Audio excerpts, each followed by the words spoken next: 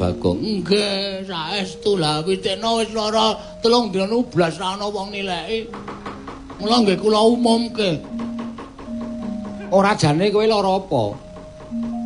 Kula niku mang wis padake to, sirah kula kareti. Kula nganggo pentil kaya ngenten iki. Niki rasane nek dicopot pentile niku macenot-cenot. Kaya arep jebluk-jebluk kok sirahe. Lah iya lah kok dadi awakmu ting krabling kaya ngono. Kuwi kenapa? Kok abang-abang kaya ngono tok ukur mesti? Nggih. Penak banget Anggere magruk ngoten niku teng pikiran mak pronyang. Wah, penak tenane jebul mboten ngerti nek kula ukur ngoten niku jebul babrak. Nganti tekan pundi-pundi. Sak awak ngono kabeh. Nggih. Lah terus apa bapakmu wis mbok didaya goleki tombo? Niki wau bapak semedi mbuh ngapusi napa mboten? Nek ketoke nggih merem nika gayane kok umi. Terus ngendika, wis kecandak aku sentuh sasmitaning Jawata. Nek Bagong iso mari waras, wiris, iso melu pementasan pergelaran wayang kulit. Wonten Bagong goleke tombo ya kuwi ingkang aran Tlutuh Kajeng Seta. Lho. Tlutuh Kajeng Seta Kang Semar. Nggih. Niku sasmita sing kula tampa. Lah dalah.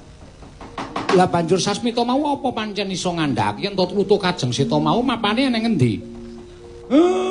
Miturut sabda utawa wangsit sing kula tampa papane enten Kayangan. Niku papane sakiwa tengening Kawah Candradimaka dene wonten ing mriku dipun tenggo wujudipun yaksa. Sinten mawon boten iso caket kalian wujuding Kajeng utawi Tlutuh Kajeng Seta kedah saged ngasoraken yaksa ingkang tenggo Kajeng menika. Ana buta ingkang nunggu kayu mau, nggih. Mongko kula nek utusan Gareng Petruk mesti ora bakal iso ngasorake kali buta sing tunggu kayu niku. Mbok menawi ndara wonten krendheking penggalih. Ngentengaken sariya carira madosaken tombo anak kula Bagong Ndara.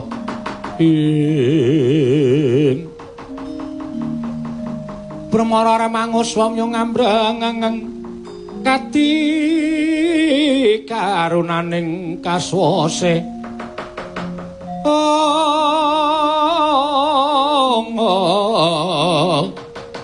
yaneng marga memalatkum ya jagat maestungkara wayahtura jagadara. Nggih. Apa Siadi sago ngentengake saliramu ngupaya tombo kanggo Bagong? Wah, sawu. Arjuna semono uga sago. Nggih Koko Prabu kula sagah. Bagong kowe krungu dhewe kesaguaning bendaramu. Walah, dan matur sembah nuwun tanpa pepindhan. Dene ndara-ndara kula werku ndara-ndara Janaka ingkang sampun sagah madosaken kula jampi mboten kaya kakang-kakang kula. Namun ora ndek beras wae mara tenggen kula. Namun ora ndek probya mara tenggen kula. Nek dijaluki tulung mendoting cengenges. Sajake do seneng nek kula niku tekaning pati sajake do gumbira atine. Ya ora ngono lho. Rasa omongan.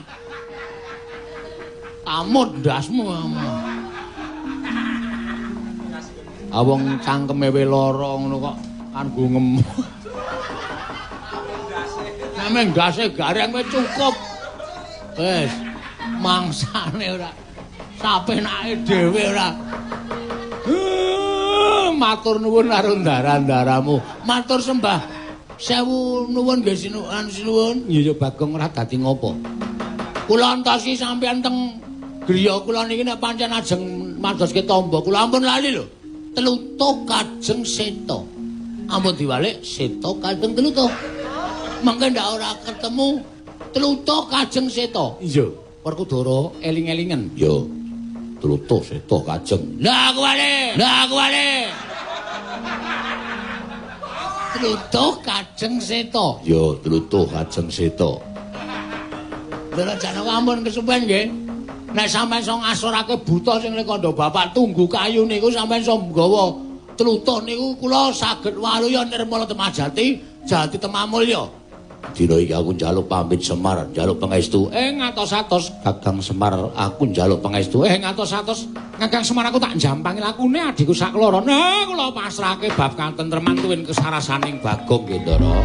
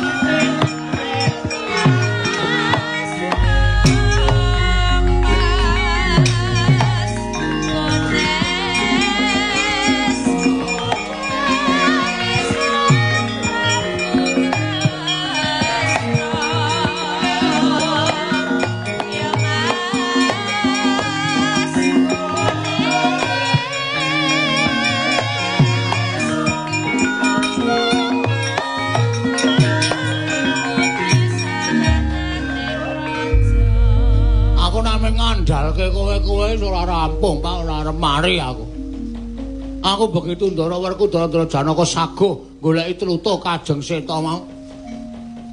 Rasane awake kaya waras, ya mung kulitku siting crekit. Ha ya engko. Nek wis dileleti kuwi bakal mari, Gong. Apa sementara dinae minyak rem bae.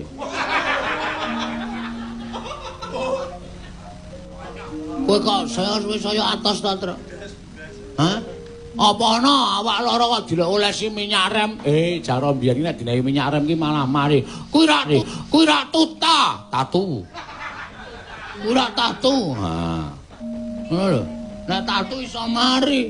Ha iki apa mbuh kaya nek dinengke nek kena keringat kali lho, Tru. Rasane mak cekik-cekik wah. Kuwi dikukur penak banget. Engko gek nganu, Gong, engko gek kowe iki ming janjane ming penyakiten kadasen terus aleman. Kadasen matamu. Aku ki wong resikane. Arep aku ora tau adus, ning aku kerep sabunan. Lho. Arek kudune adus. Oh iya, Deng. Maksudku arep aku ora tau sabunan, ning aku kerep adus. Aku walik. Wah, kowe iki lara kowe iso gawe bungah, Bapak. Ambok lara terus tak gajul wetengmu lho, Men. Seneng nek anake teng benyinyi, ha. Ya ora. Nang kowe rak ya iso gara-gara to, Bagong. Iso tak usahake. Kan gara-gara ya abot tenan. Ora ketang aku mung gabung-gabung karo Petruk karo Gareng. Aku tak mangkan, aku tak mantolan lho, Pak. Kok dadak mantolan? Aku isin awakku teng breleng kaya ngene iki. Teng klireng ngene iki lho. Ayo. Iki meso nggon awak ketok ngene iki sithik-sithik. Duduye, Tru. Sing rembuyung kok. Aku mbayangke kowe gila, Tru. Aku mula nek lungguh nek seneng nang aspal to. Heeh. Nganggere bokongku tak obahe kaya dikukurke lho, krung-krung. Penak. Berarti kowe nek esuk sore-sore jam 3 sok tengok-tengok nang aspal gayane udut-udutan kae ngukurke kuwi to. Heeh.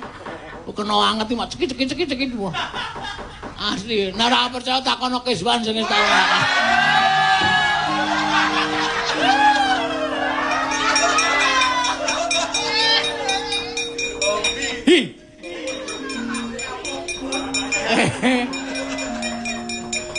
Wis. Kok ketularan dhewe apa ya kowe? Wis tau nganggo sandangane apa urung? Urung yakin jujur aku nganggo sandangane dhewe. Nek wis nganggo ketularan kuwi ketularan iso liwat keringet. Aja. Iso liwat keringet to? Iso. Wah. Perlu didelok, Tru. Kanggre bojone Kiswan wis wig-wigan aku iki. Le timpoh wis ora betah wis ngenang-enang. Wis ayo padha netepi kewajiban karo ndongake ndaramu men entuk kasembadan. Entuk asil nggone nggayuh ya kuwi tlutuh kayu putih. Nah, konangan wae. Tlutuh ya kuwi Kajeng Seta. Ya wis muga-muga ndang entuk gawe aku ndang waras ya Pak. Iya.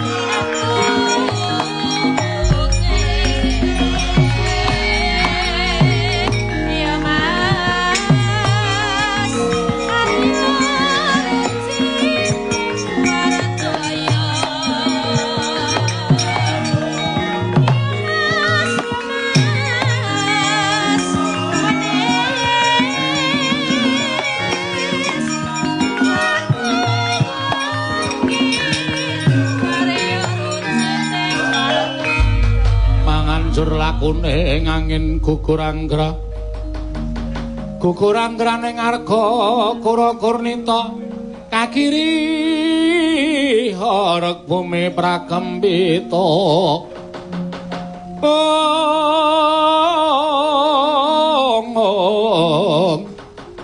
padulung mangambak-ambak udan lesus warpin usus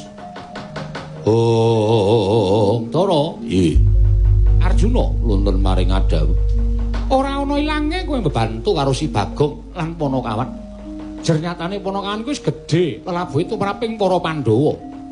Ngelingana duk nalika Pandhawa isih timur, Pandhawa isih jejaka nganti tekan saiki ora nate pisah lan para Panakawan. Mobot repoting Panakawan uga dadi kewajibanmu ya, Yayi. Ya, ngestake dawuh. Pun Kakang bakalan jangkung tindaking Siadi sakloron marang Kayiwangan. Siadi enggalo agahan nututi lawan tindaking pun Kakang ing Ndarawati. Ora usah dadak kuwatir kowe mangkato dhisik aku nututi karo Jlamplong. Werkudara ya Arjuna mengkono, Koko Prabu laturi tindak ngrumiyine dhateng Rayi Kekali.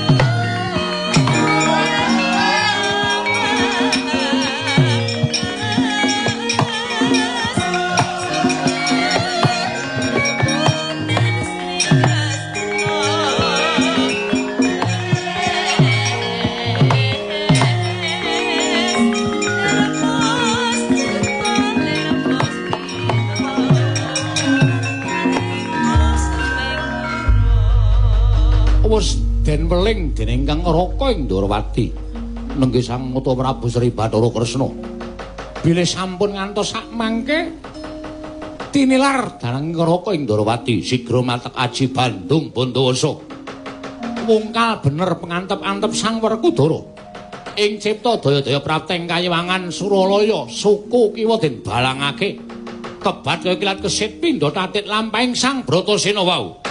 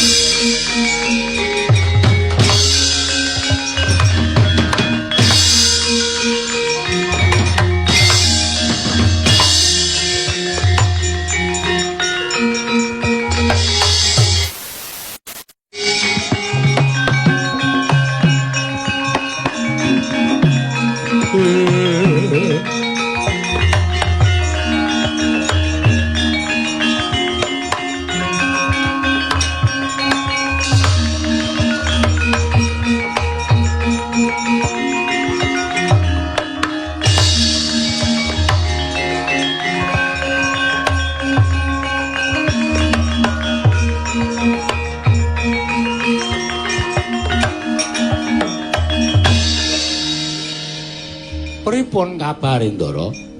Kakang Semar. Wis ora kurang-kurang nggonku matur kelawan Sang Hyang Jagat Girinata supaya bisa njupuk wujuding tlutuh Kajeng Seta.